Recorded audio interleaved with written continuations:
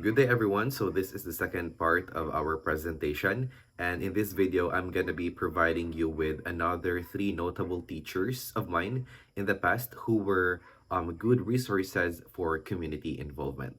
First is my elementary science teacher, Mrs. Gabriela Esnacete, who guided us in our science investigatory project on mosquito repellent made from lemongrass. So after obtaining the results or positive results, she recognized the potential benefits of our findings for the community in preventing mosquito-borne diseases like dengue.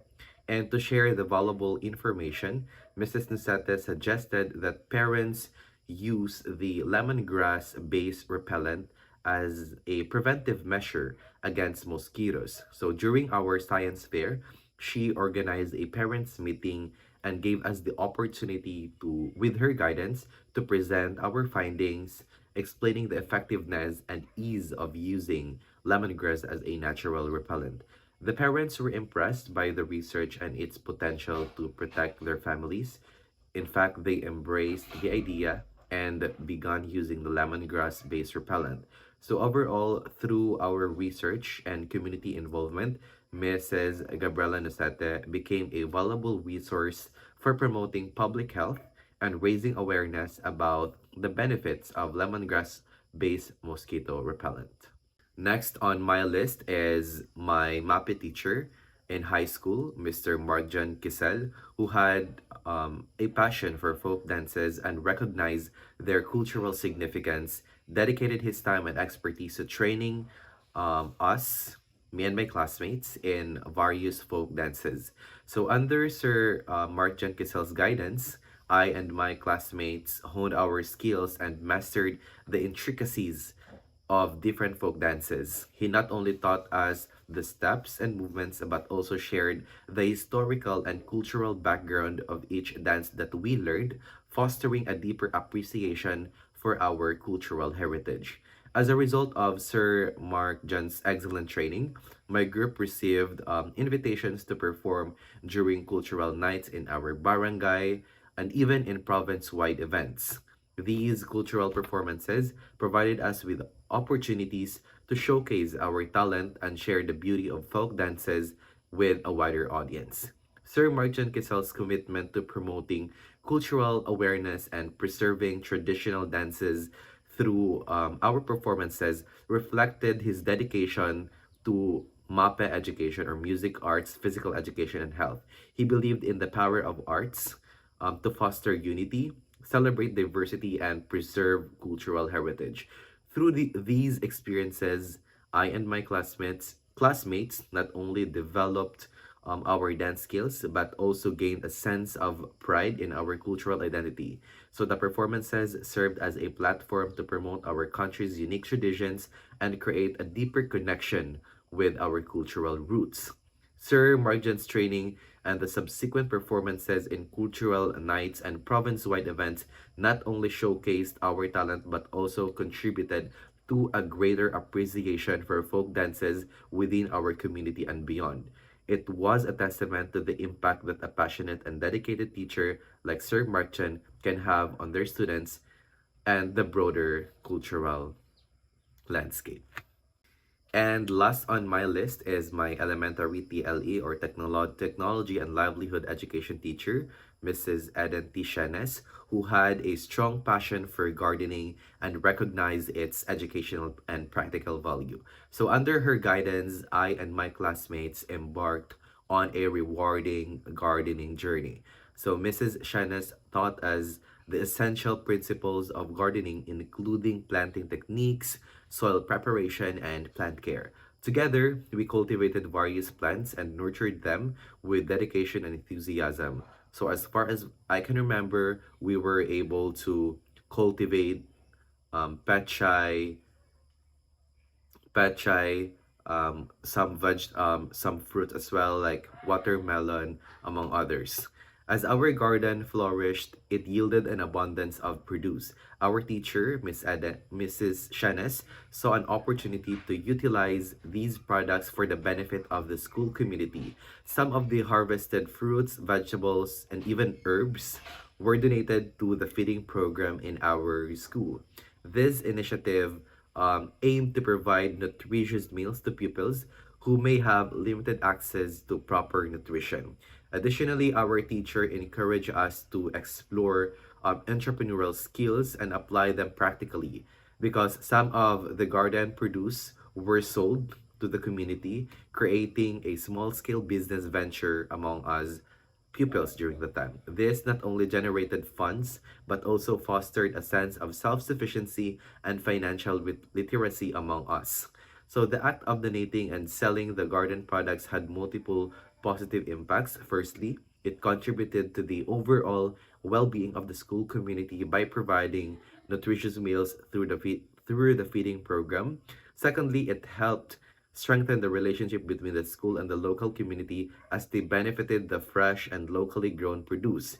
And the satisfaction of seeing our efforts bear fruit both literally and metaphorically. By incorporating gardening into our TLE curriculum, our teacher empowered us with practical skills and appreciation and a sense of community involvement. The experience fostered a holistic approach to education that extended beyond the classroom, nurturing our growth as responsible and engaged individuals in the community. So in this part of our presentation, I'm going to be answering the three essential questions. So the first question is, in the delivery of service to the community where you may be helping, what are the lights and shadows of being too centered on content? So we believe that the light of being centered on content in delivering service to the community is that it ensures a strong foundation of knowledge and expertise. However, a shadow may be that it could lead to potential disconnect or difficulty in effectively communicating complex concepts to community members who may have limited background knowledge.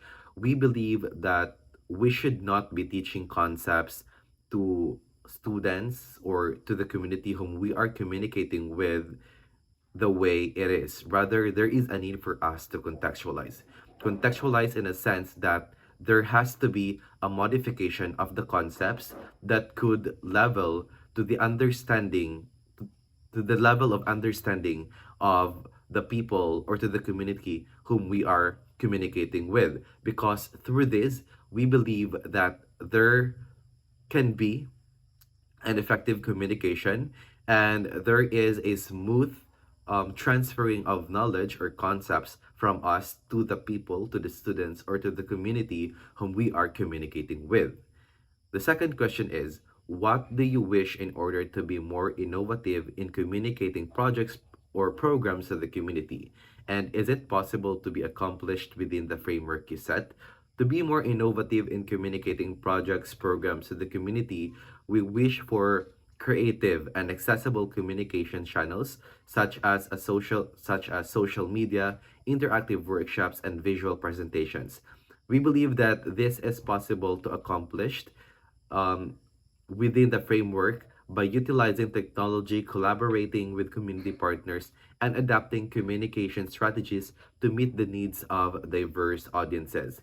We believe that in this modern time, through the use of social media and even through workshops, we can like effectively communicate our projects and programs, just like the examples that I had a while ago with a teacher who is a notable image and can be a good resource to the community, wherein she organized or in our science fair, she organized a parents orientation about the result of our project. So through these different workshops or gatherings, I believe that we can effectively deliver our innovations to the community, be engaged with the community, and effectively find the purpose and accomplish the purpose of what we are doing, say the science investigatory project that we did. So there has to be an effective communication channels for our innovations or programs to be realized. Third question is, what should be the best approach in communicating with the community using your knowledge of the contents of your lesson? So the best approach in communicating with the community for us using our knowledge of lesson contents is to simplify complex concepts, use relatable examples, and engage in a two-way communication. We believe that it is essential to listen to the community's needs and concerns, tailor the message accordingly, and foster a collaborative learning environment where community members can actively participate and ask questions. And aside from this, I think that one of the ways also, or one of the best approaches in communicating with the community using my knowledge about contents is through organizing gatherings, organizing workshops, like the examples I had a while ago, because through this, we can like effectively transfer the knowledge, find sense in our innovations, because innovations are useless if they are not implemented.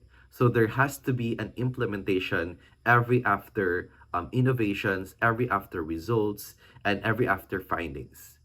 Because the main purpose of this should always be to contribute to the learning of the students, as well as to contribute to the improvement of the community. And that has to be given importance. So those are our answers to the three essential questions, and I hope that you're enjoying watching our videos. Thank you so much.